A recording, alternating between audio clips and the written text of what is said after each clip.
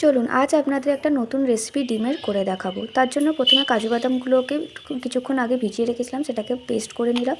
তারপর পেঁয়াজ আর কাঁচা লঙ্কাগুলোকেও পেস্ট করে তুলে রাখলাম। এরপর তেলের মধ্যে নুন আর হলুদ দিয়ে ডিমগুলোকে ভেজে তুলে রাখলাম। তারপর ওই তেলের মধ্যে গোটা গরম মশলা ফোড়ন দিলাম, দিয়ে পেঁয়াজ আর কাঁচা লঙ্কার যে বাটা ছিল সেই বাটাটাকে দিলাম, দিয়ে বেশ কিছুক্ষণ নাড়াচাড়া করার পরই আদা রসুন পেস্টটাকেও দিয়ে দিলাম, দিয়ে বেশ ভালো করে কিছুক্ষণ নাড়াচাড়া করব যতক্ষণ না মশলা থেকে তেল ছাড়বে।